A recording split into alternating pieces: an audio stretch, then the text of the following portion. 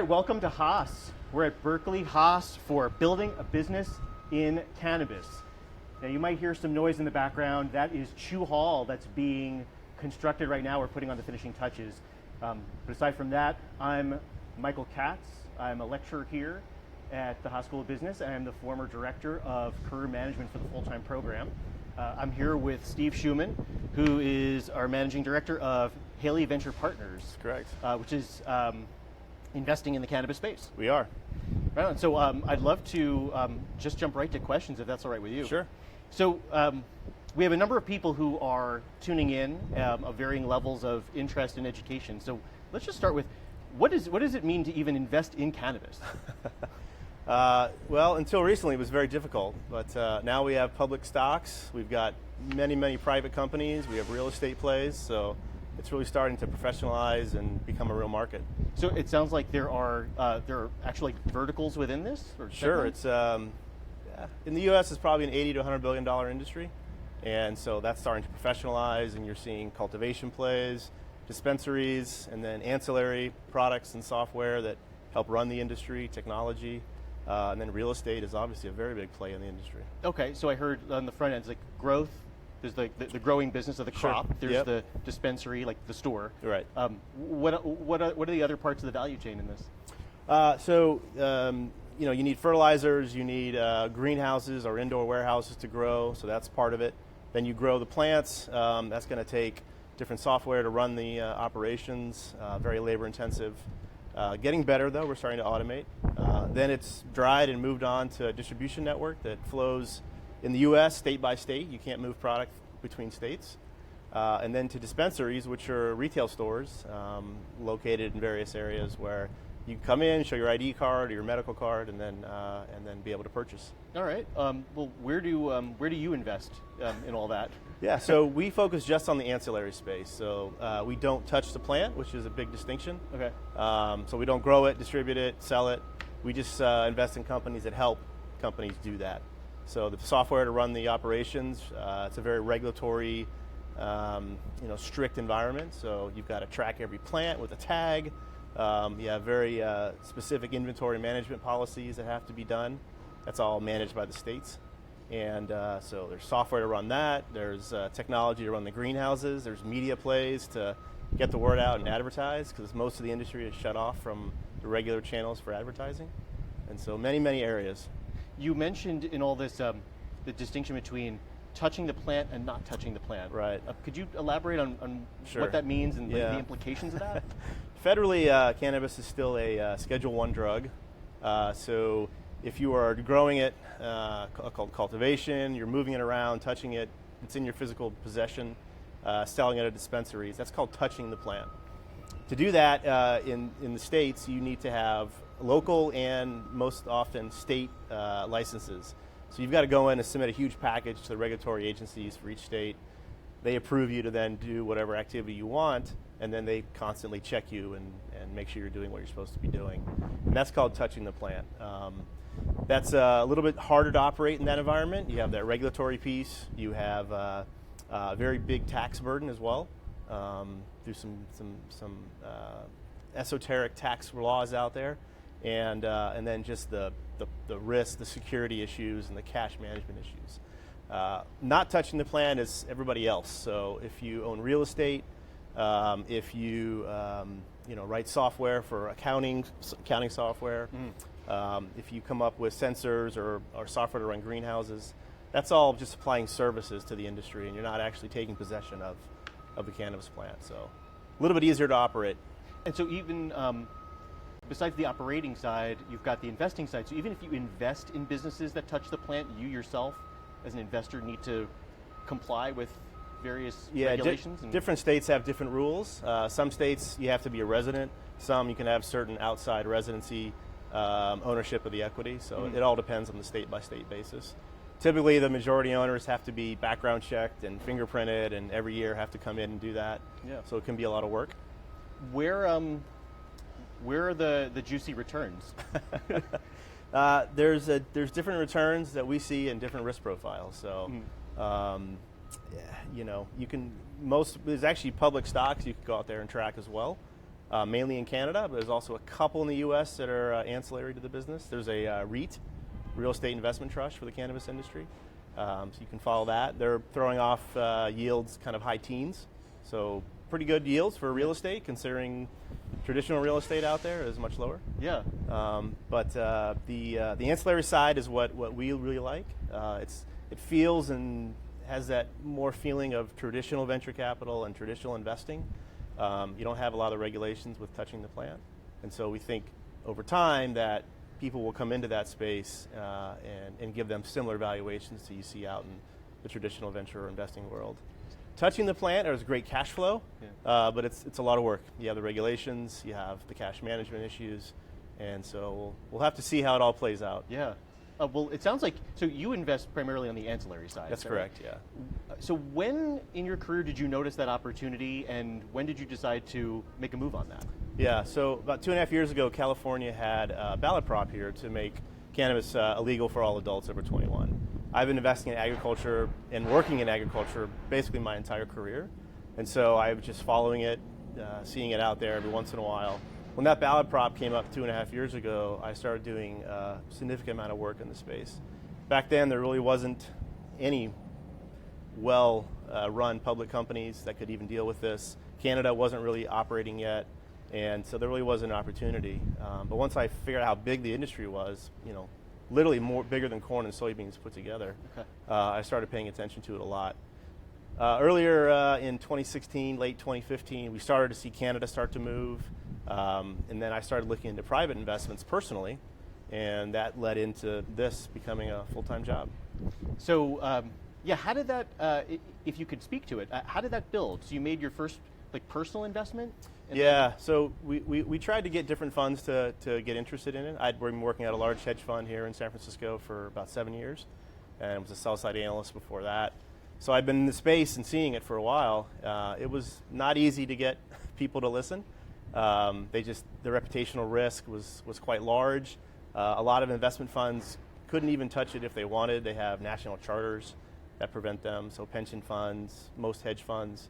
And so really the only people that are listening are family offices and high net worth individuals. Those are the two main investors in the space right now. Interesting. So it sounds like there is a segmentation of investors who would commit capital to this. Absolutely. So you said there are some investors that can't because of regulations. Right. There are others that have a reputational risk.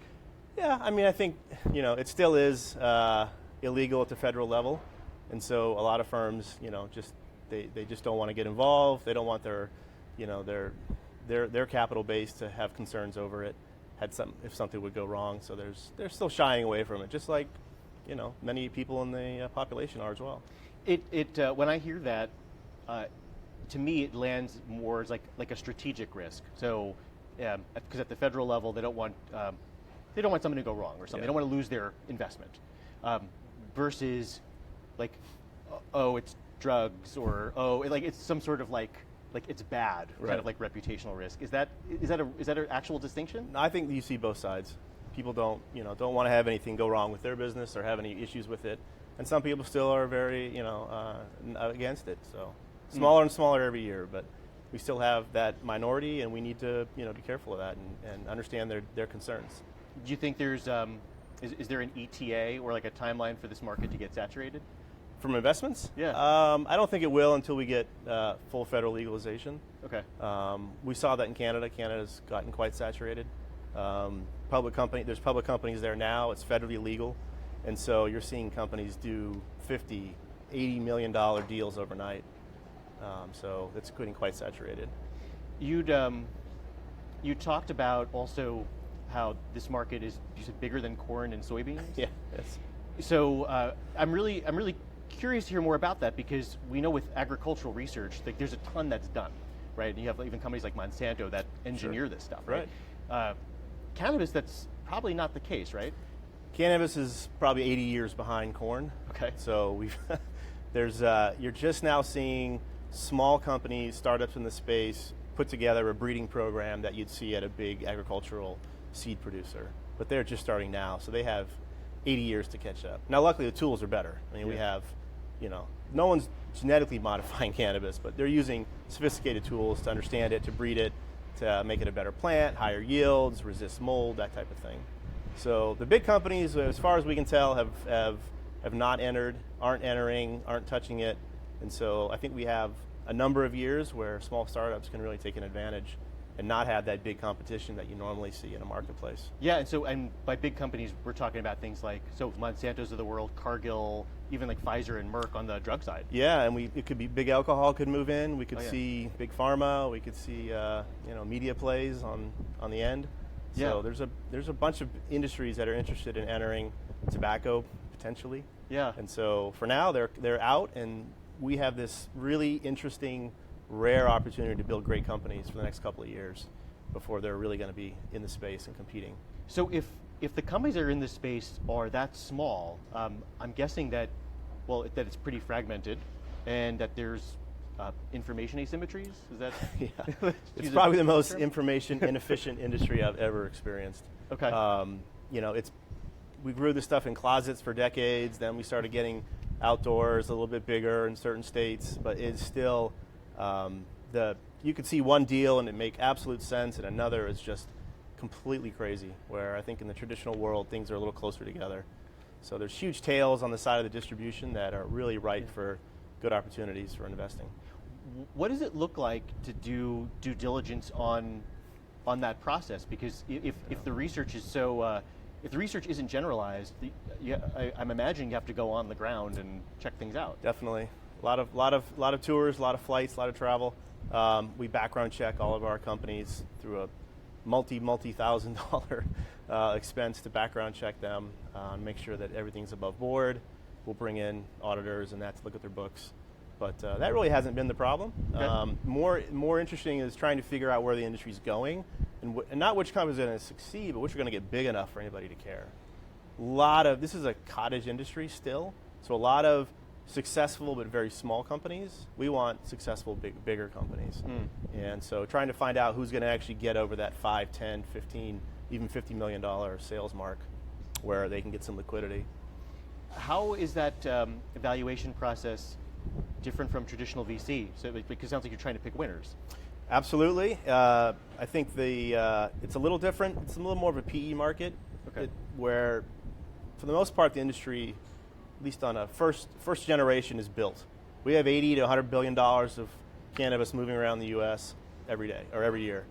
And so we know who's profitable, we know how the business models work, we know who our customers are, we know the products work.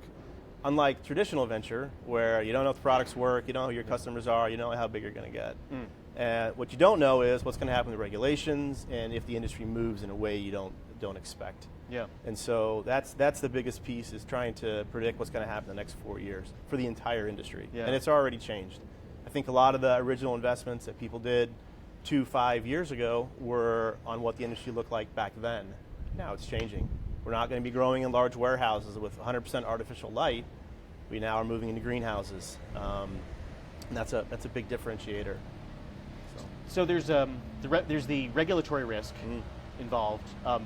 What are the other key risks that you model or evaluate? Yeah, I mean, regulatory is the biggest piece that we worry about because it's so uncontrollable. But when we look at stats for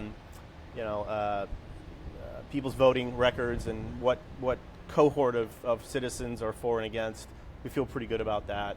But we do make sure our companies have a little extra runway. They can pivot if they need to, maybe in a non-cannabis type of environment if they have to. But with 29 states now with medical legal, 8 states are now legal for adult use, and the rest, except for about 4 at least, will allow CBD, which we can get into.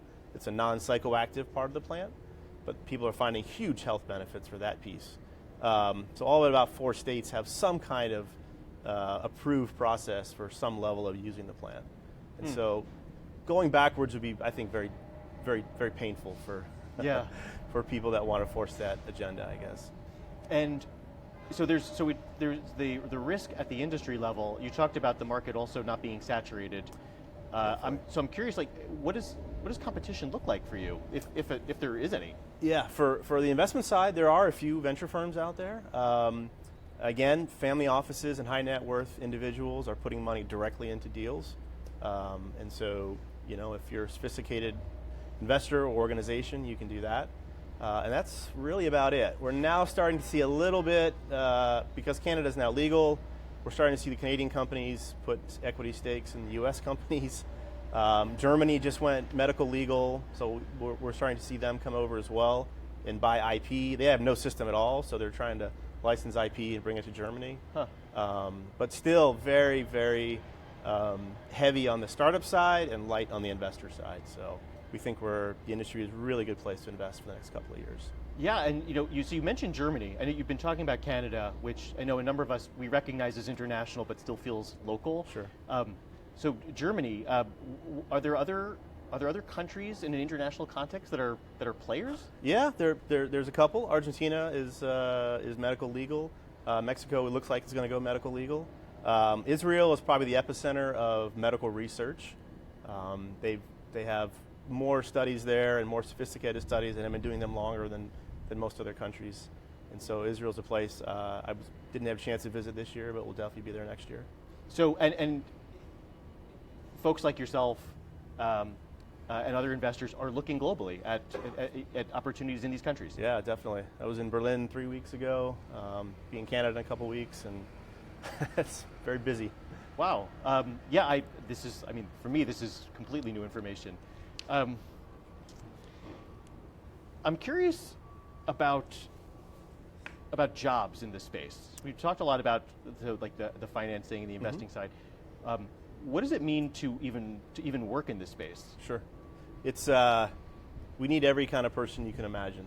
Everything from hourly workers kind of in the greenhouses, trimming and managing the plants, to sophisticated programmers to run the software that runs the whole automated process. Yeah. We need branding. Branding is a big area that we have very little of in the big national sense, if you will. And so we're seeing people come in from all kinds of industries that are ancillary, like alcohol. Obviously, has got a lot of people we're starting to see show up. They know how to push brands in the alcohol industry, and they're moving in here to help out as well. Yeah, I mean, you name it, we need it. We need a lot of CFOs. That's a big need right now. Really? Really, accounting types with the green visors and the whole thing to manage the whole system, because it can be chaotic. You got regulations changing, customers moving all over. Yeah. There's an absolute gold rush going on as far as getting projects built as fast as they can. And so everyone's sold out. They can't get contractors, and the poor finance teams are trying to manage all this. Wow. I know we've got a lot of accounting undergrads, so that could be interesting. Sure. But what about, what would an MBA do in this space? I know you mentioned branding. What are some other opportunities? Running a VP of marketing or branding is a big area. Being a CFO would be a big area. CEO, certainly. There's opportunities for all that, and we need it. There's some really great cannabis industry people, and some are making the transition into the more professional, in the open, full set of books, and some need help with outside, sort of non-cannabis but heavy, institutional level accounting and financial controls and that. How does, and to the extent you know this, how does a job search or recruiting even work in this space? I can't. Coming from career management, I know we don't post jobs about cannabis. Right. I can't imagine other business schools are doing that either. That's a good question. On business schools, I'm not sure, but there's every job website I've looked at, or most of them have jobs on there. So you're in the industry. It's pretty open. If you show up and show you're willing to learn and understand, then people are pretty open to networking and helping out. Have you noticed from your own research and on the ground experience that there are business people, so whether it's MBAs or undergrads in business, have you noticed a critical mass in these companies? Yes. We've got, was talking to a company, its CEO was the CEO of a public company before. Now he's got a massive, over $100 million operation he's building in Central California. I'm seeing everything. I get more and more emails and LinkedIn from old classmates and people in my network than I ever have before, for sure. And so people are moving in, they see it as an evolving industry and something interesting. And I encourage them to look at it. I hope they do it for the right reasons and not just because it's a gold rush, but because they have some interest level and want to contribute. Yeah, I mean, and you're talking about folks who have been in industry for a while, even so, like yourself, like you built a track record, you built your career, and now you entered. What about people who are just starting their careers? Is it a risk to just go straight from undergrad or MBA into cannabis? Yeah, I mean, I think there is. There still is a reputational risk out there. That'll slowly go away, and we've seen it every year. The amount of citizens and population that approves of cannabis keeps going up every year. But there is a while before that gap is completely filled. So people need to balance that. They need to understand, what may happen next. We're out here in California, which has had medical legal since 1996. So people are pretty used to it if you've worked in the industry. But some other locations, you need to figure out where you're going in your life and take that into consideration. But the pioneers will do whatever they do just because they want to, and be damned with reputational risks. So yeah, it all depends. Have you seen people quit the business? Have I seen people? No, that I haven't. It's quite the opposite. We're trying to hire every which way we can. The amount of job openings is astronomical. Wow, so that's on all fronts. You haven't seen people leave the investing space. You haven't seen people leave, just like giving up their business. It's like, you know what, this isn't working, or I'm getting tired of this, or any like that. No, it's been quite the opposite. I see more and more of my friends coming into the industry and my network. Wow. All right. So when I hear that, it sounds like the opportunities are really greater than the risks, or that the risks are more psychological than anything else. That's what I'm betting on. So we'll see. 5-10 years, we'll do another interview. We'll see where I am. But, Indeed, yeah. I feel pretty confident about it. So right on. If not, I'll move to Canada or Germany, I guess. There you go. Yeah, where there's like burgeoning markets. And it's federally legal. And federally legal. Yeah. Amazing. Well, let's turn to the audience and Sure. see what they have to say. Okay,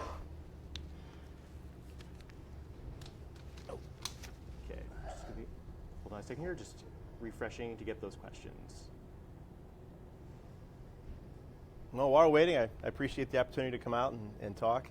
I had a great time at Haas. I'm trying to find a way to give back, and I'm more than happy to help in any way I can. So, great 2 years here. Yeah. We're going to definitely come back to that. So we've got a question from Ryan. So is setting up a collective so your manufacturing business can get paid, since you have to state yourself as a nonprofit when selling to medical clubs.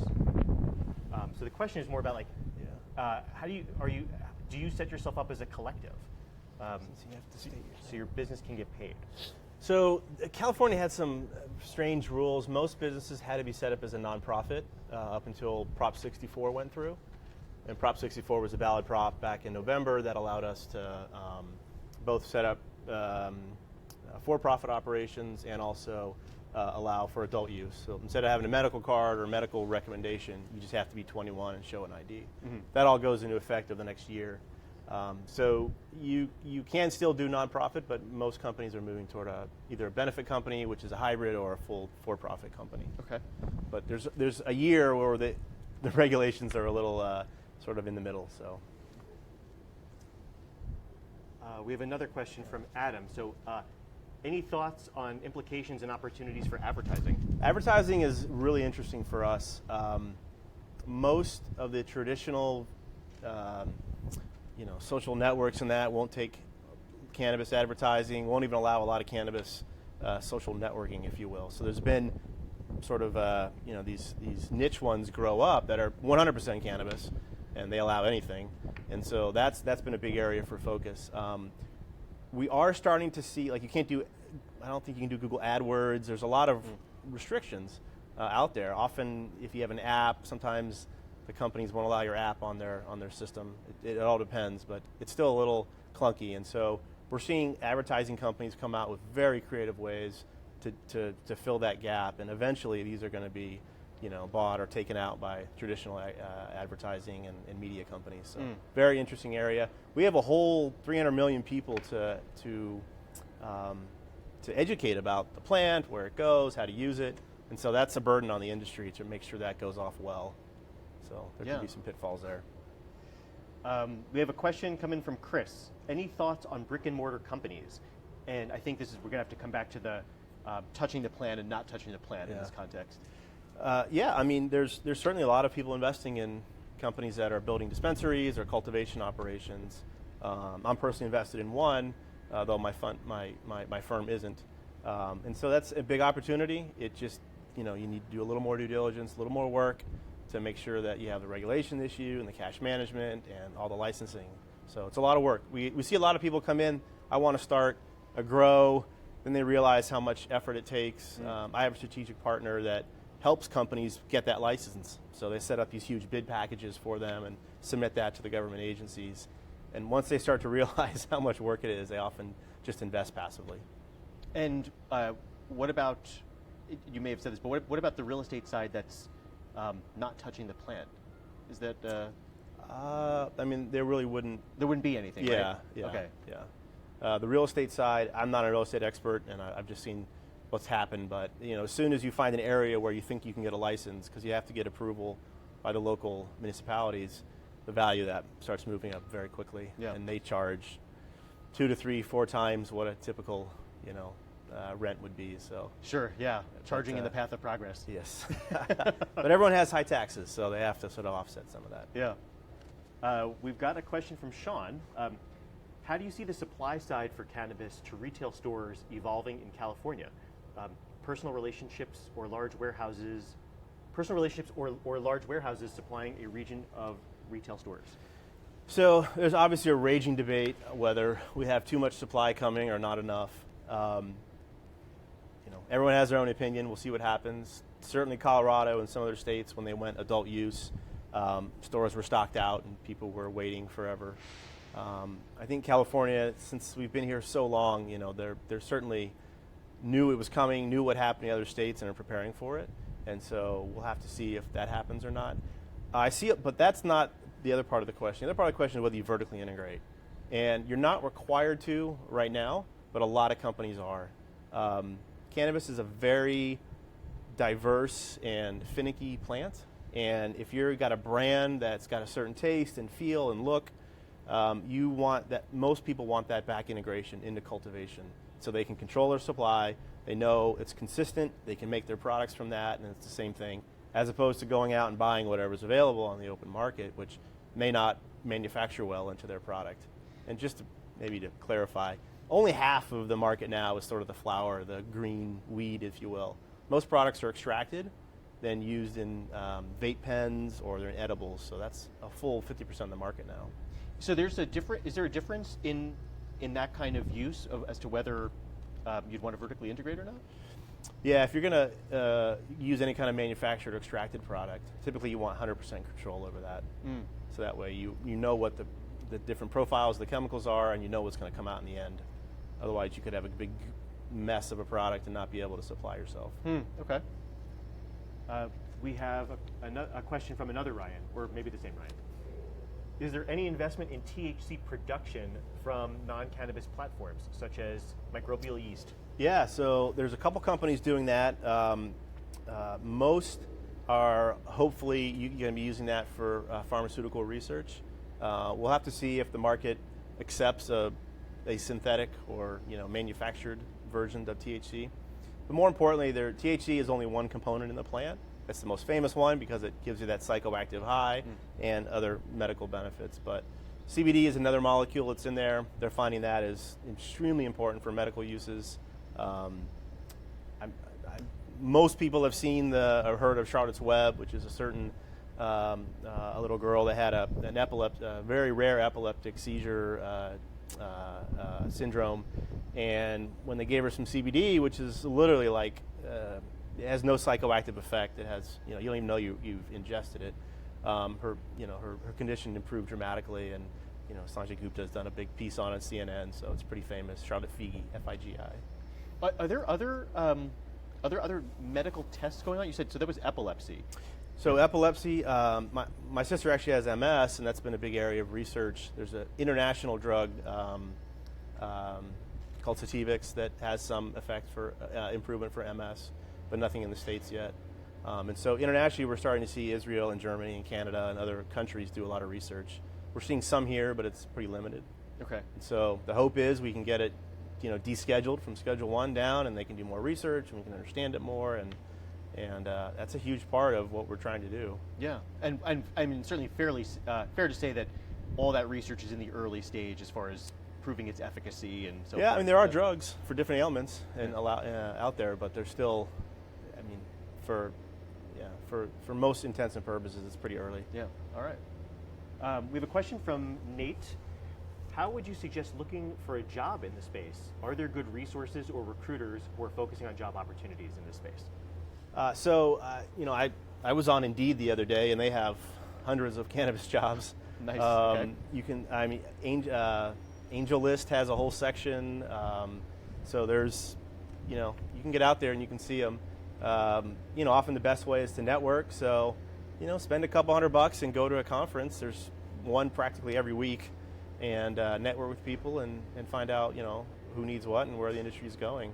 That's what I did when I first started. I just started going to conferences more and more, meeting more people, and went from there. What are the top conferences that you'd recommend? So in June, there's NCIA, which is the National Cannabis Industry Association, sort of our lobbying group. Mm-hmm. They have one here in Oakland in June. I'm in DC next week for the MJ Biz conference. There's so many I can't even list them. So we don't. If you go to let's see, what's New Cannabis Ventures? They have an events section. They have a lot of them listed out. If they were, let's say, going to do like a summer investigation about this. So June, there's a conference. Yeah. What about July and August? Off the top of your head. Where am I going? I'm going to Portland. There's one in Portland. I mean, it's literally every other week. Okay. And make sure you go to the business conferences more than the cups. Right. The cups are more about the user experience, which is important, but I think for most Berkeley students and that would probably get more out of the business conferences. Yeah, we're talking about getting jobs, not just pure consumption. Exactly. Yeah. We've got a question from Gene. So in the past, there was little banking support for the industry. Can operators who touch the plants bank normally in California? So they can. 1 to 2% of the banks in the U.S. will bank cannabis companies. It's very quiet. There was a memo. There's really two big legal documents that the industry kind of hangs their hat on. One was a Cole memo written by an assistant Department of Justice AG, I believe, that said we're going to allow medical companies to operate for now if here's 8 things they have to do, right? They have to follow regulations, they have to have state laws, they have to, all these very, very legislative, regulatory heavy requirements. And if you do that, we're probably going to leave you alone. Now, we don't promise, but we're probably going to leave you alone. Also, FinCEN, which is the financial regulation side, came out with another memo that said, if you follow the Cole memo and here's other things you do, if you're a bank, you can bank cannabis companies. You need to file these reports, you have to follow these procedures, and we don't promise not to prosecute you, but we probably won't. Yeah. And so there is banking. It's not always the biggest banks, but you can certainly get bank accounts if you show them that you are going to be a professional operation, you're well capitalized, you have great credentials, and over time they realize what a good operator you are. And to get those credentials, I imagine, will take some measure of work. It does, yeah. You definitely got to talk to a lot of banks, and occasionally they kick you out, and you go find a new one, and on you go. But the industry would love to have a banking solution. It's one of the biggest sort of intermediate, things that we would love to see as a banking solution. We don't want to have anybody worried about diversion or cash going somewhere or money laundering or anything. Here's our money, take it, put it in a bank, you guys can track it, and we want to be above board. And so that would be fantastic. Is there a way to have a fintech solution around this that can circumvent these processes, or are they subject to the same regulations? Oh boy, there's been a lot of attempts. That's the first thing people think of. Well, what if we try Bitcoin or gold or There's a few not too large or successful issues. The problem is once you start to move that money outside of this little banking circle, now you're getting it into the federal system, and you have all kinds of federal regulations that are a problem. Yeah. So you can do it, but it's quiet, and you got to be really on top of your game and be very open and honest with your bankers. All right. We have a question from John. Could you please elaborate when you mentioned the, quote, long tail of opportunity on either side of distribution? Sure. Sorry about that. So, I've been investing in markets the last 15 years, public and private, and typically you see a real clustering of opportunities. They may have the same solution, different degrees of variation. Valuations are all about the same. The management teams are all about the same. Here, you see absolutely both ends. You see top MBAs, ex-Goldman bankers, CEOs from, public company, previous public companies, with an operation that's just everything is above board. It's well organized, all the way down to guys that may have securities fraud in their backgrounds, and so the opportunity is massive, and the valuations are all over the place, and so it's just as an investor, it's an exciting area to look at because you actually see that dispersion, and it makes it a lot easier. It makes my job a lot easier, as opposed to trying to pick 10 companies that are all almost the same shade. And the returns or the output, the metrics for the different sizes tail, like they vary. So it's like someone with securities fraud in their background versus someone who's a polished right. ex-CEO of Fortune 500, they can actually have the same output? Well, we don't have a lot of data on returns yet. Yeah. Only Canada has really got companies public and liquidity, and they are extremely sophisticated and very well run. In the U.S., we're still learning. Most valuation increases are still book profits, so we don't know what the end will be. But I'm pretty confident people with very shady backgrounds will probably get weeded out of the industry. Yeah. Obviously, we're not going to touch that or bet on anything there, but it remains to be seen what happens. But obviously, you try to minimize risk every way you can, and that's one area we can just lop off and move to the side where we wouldn't touch. Yeah, right on. We have a question from Sylvia. So first, good talk. All right, thank you. Thanks. Thank you. Can you talk a bit about the role of standards or certifications for levels of quality? There's a few questions in here, which I'll read off. Levels of quality. Yeah. I'm not sure if it means quality of investments or quality of products, but so here we got a quality of THC or fair trade. Do you have are there signifiers like that? There are some things out there. Because it's Schedule 1 and federally legal, we can't use the word organic. And because cannabis is often smoked and not ingested, just eaten like vegetables, you have to be very, very careful about what pesticides and products you put on it. There's a program called Clean Green, which is basically organic. There's a group in Northern California that helps administer that and does audits on people to make sure they're following the best practices. For the most part, if you're getting licensed, you've got regulators coming in. You have to have all cannabis is third-party lab tested, and so while it's not 100% a guarantee, literally every 5-pound bag is run for tests. It could cost $100 or more to make sure there's no pesticides, heavy metals, mold, and contaminants in it. So the industry is rapidly moving to a very sophisticated and quality-controlled area. And are there implications for margins? Well, if you don't pass, you can't sell it. So you got to destroy it. You lost your whole crop. There's a little leeway in processing it and extracting the contaminants, but it's not easy. So you better pass that test the first time. Yeah. And then as far as the product, THC levels, people obviously want to have really high THC levels, just because if you're going to grow a plant, it's going to make 10% or 20%. Obviously, you're going to get more value for the 20%. And so that's on the quality side. The look and feel of it is very important, I guess. The connoisseurs out there know better than I do, but there is different quality levels.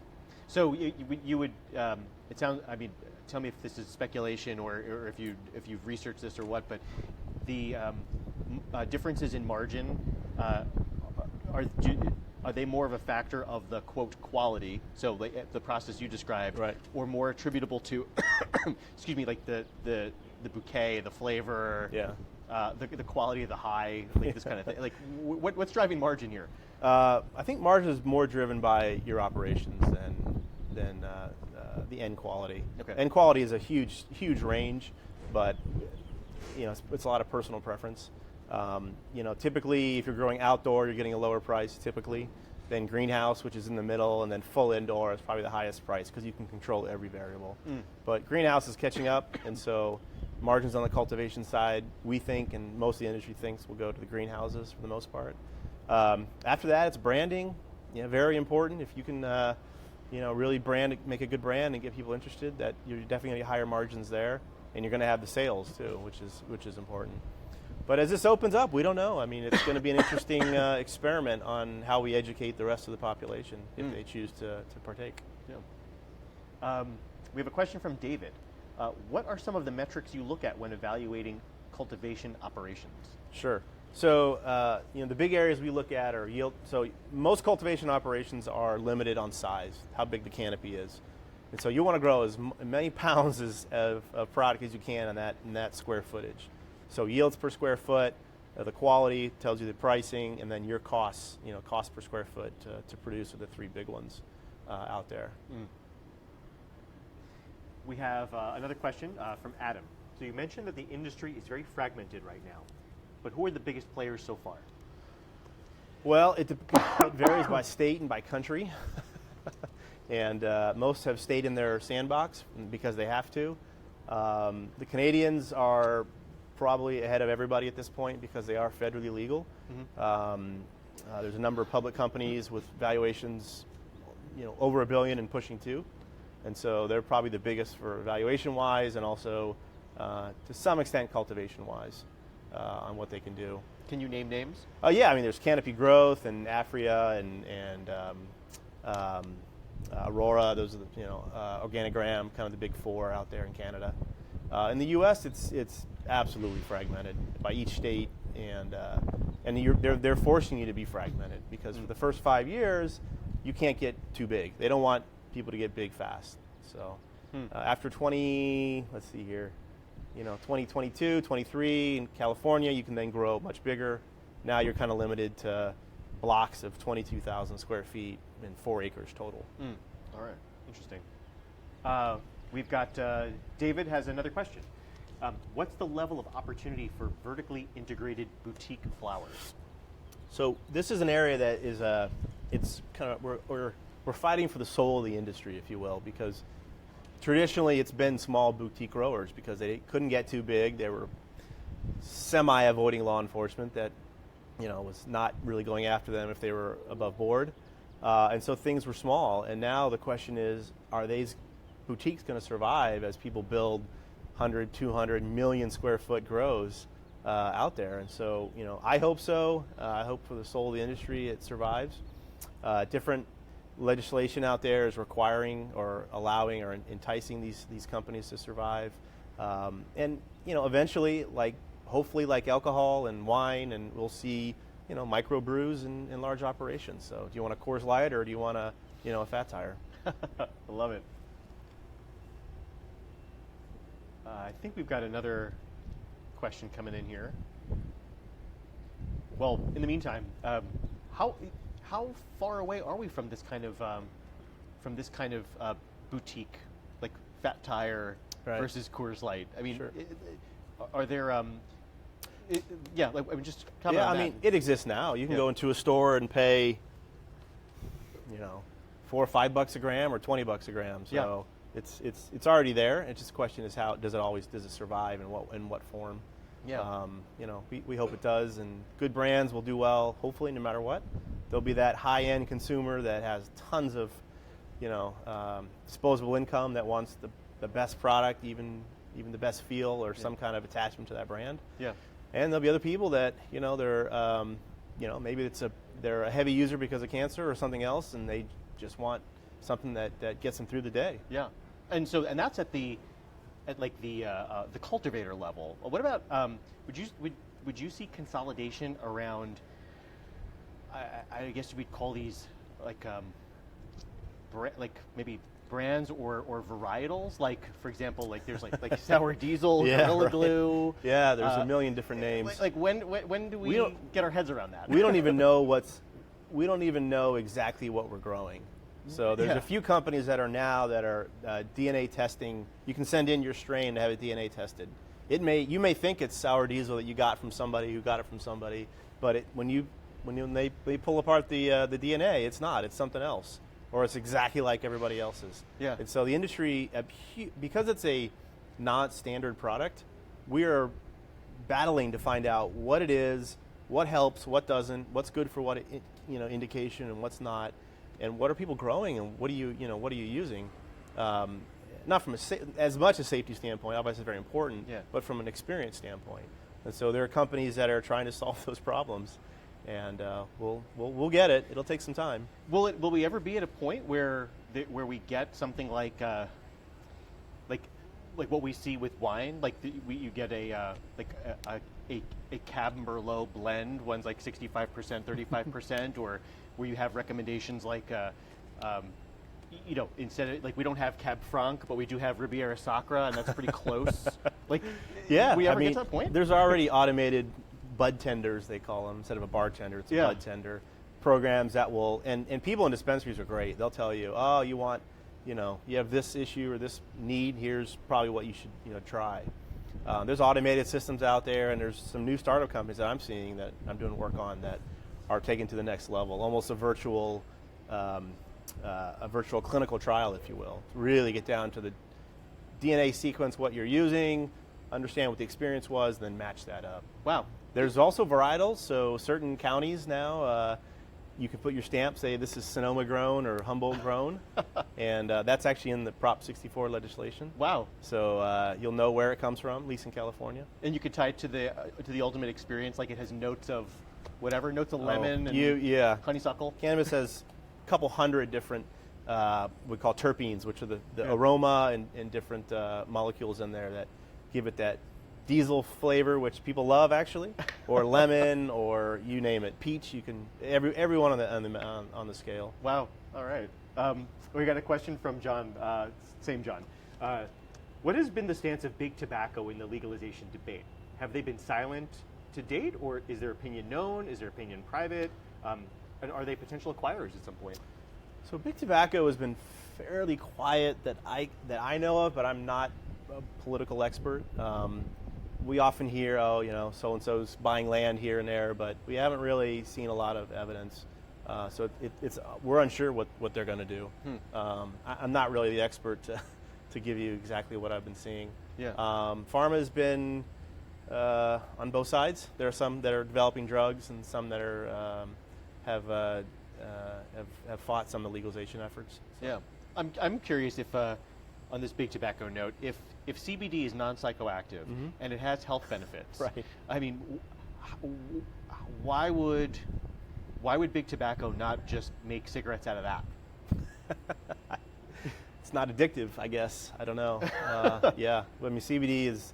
We'd love to see it, less regulated because it seems to be, very harmless and very beneficial, and not psychoactive. It doesn't make you high. It's like taking an Advil, as far as we know. It's got anti-inflammatory effects. So that's why you see it for epilepsy. You see it used for MS and many, many other ailments. And it sounds like it would be a stress relief, like what nicotine is theoretically supposed to be, or vasopressin, or whatever's in the cigarette. Yeah. Oh, I think nicotine's a stimulant, so it'd be the opposite. Yeah. I guess that might be. I'm thinking like people smoke cigarettes when they're agitated. I don't know. They agitated because they need one. I don't know. Some other reasons, yeah. Yeah. So we'll go back to questions from the audience. We have a question from an undergrad, Chris, undergrad 2016. How does a newbie, so one who has never tried this product before, learn the ropes of the cannabis industry? And can you be a mentor? He's asking for a friend. Well, I'm not really a user either, so I can't really help you on that side. I have product testers that I use. But like I said, join the club here. I guess we have a cannabis club now. We here have a cannabis club, at Haas, or a adjunct class or club.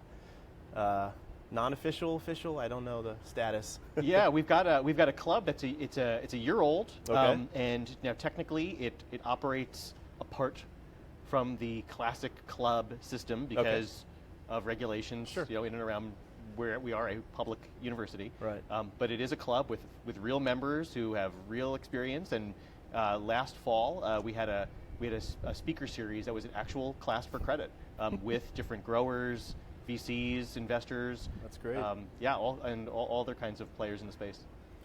Good to hear. That's the first thing you do is join the club here at Berkeley and go from there. I'm curious on Chris's question also, if you know, there's Oaksterdam University Oh yeah, absolutely. down in uptown Oakland. Yeah. So what are they about? They you can actually take classes on growing, and they're as university-like as you're going to find, from what I've heard. So haven't made it to a class. Yeah. But yeah, that's a great resource. Like I said, some conferences. Yeah. Go from there. All right. Well, so Chris, until we get courses on growing at Haas or at Berkeley at large, Oaksterdam University might be your play. We have a question from Bryce. There have been many businesses in the industry that specialize in a home delivery model, like Hopsy. So we've got like Meadow for cannabis. Yep. Right. So DoorDash, Caviar. Do you think this will cross over into the industry? And what do you think the current barriers are? So we know like one is Meadow. Are there other? There's Ease is probably one of the bigger ones, Oh, especially okay. here in the Bay Area. Yeah, so home delivery is a pretty big business. They're allowing it in most areas, so that's some people want it delivered and some people want to go get it and look at everything. Yeah. So it's just whatever consumer demands. That's a big part of it. Great. But yeah, there's delivery methods are going to be very important. Interesting, and maybe on Postmates soon.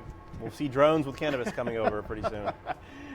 Question from Rodrigo: has there been a reaction from illegal distributors or cartels to this industry? God, I hope not. I'm not sure of any.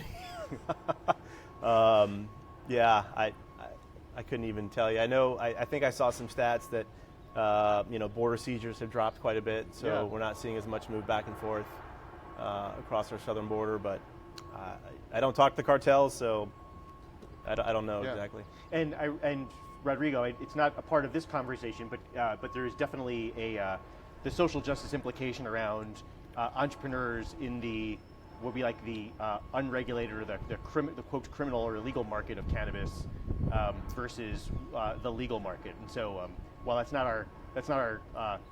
our conversation topic, it is an important issue that needs to be discussed. Very important. There's a lot of organizations that are trying to help people that were in the illegal market transition into the legal market. So hopefully more people will contribute and help out with that effort. Are you aware of?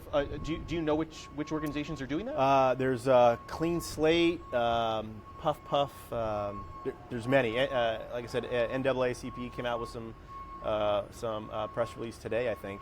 And there's the Hood Incubator in Oakland, which is I think a Yale MBA came out and set up a nonprofit to help people transition. Yeah. Particularly people of color and minorities in that. Oh, help great. Transition into the legal industry. Great. Yeah, I mean, I want to make sure that that we plug how Haas is at the intersection, right, of markets, technology, and social justice. It's nice to hear that Yale's in that too, but we want to see Haas dominate. No offense to Yale, friendly competition. It's a challenge, guys and girls. See what happens. We don't have other questions coming in here. I'm curious if you have any thoughts or if there are topics that we haven't talked about that you think we should really be thinking about here at the business school. Boy, there's so many. I'm not sure where to start. How about this? Yeah. What should the Cannabis Club be focused on?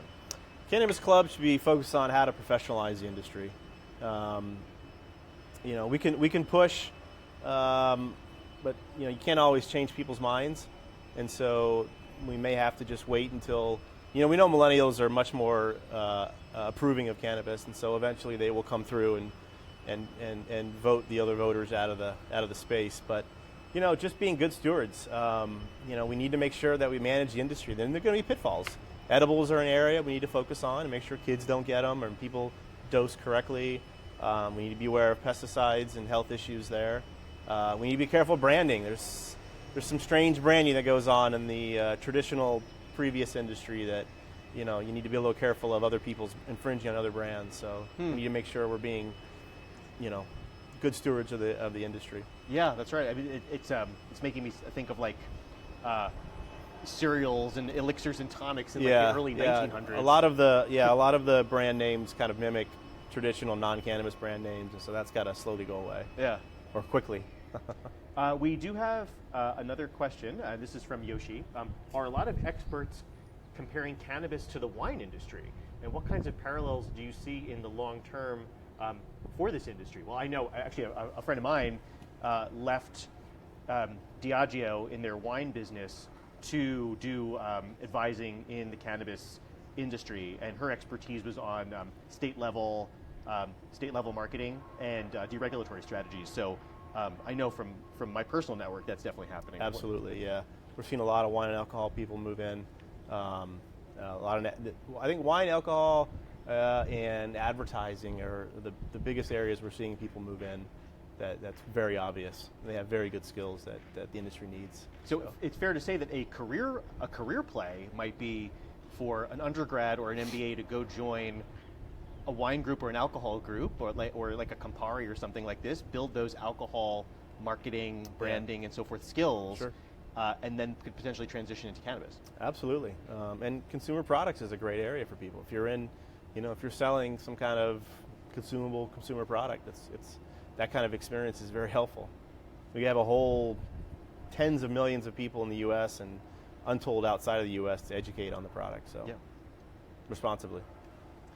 We've got the undergrad alum, Chris. He's asking if he can join the alumni club. I'm looking over at our co-president of the alumni club. Our co-president, Adrian Rodriguez, is giving you a thumbs up. So we'll make sure to connect somehow. So you might want to send an email out to alumni relations or whomever's coordinating this activity so we can get you in touch. Any other questions coming in? Because we're just about at time. Insurance.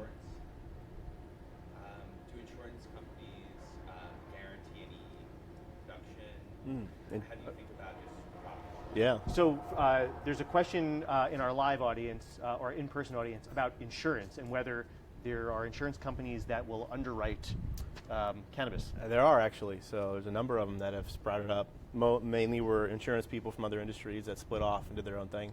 So we're seeing insurance pick up. Many investors are requiring their operations, their investments to have insurance and that. So, yep, it's there. All right. So, but it's early. I mean, we need a lot more. We need a lot deeper markets to really make it function well.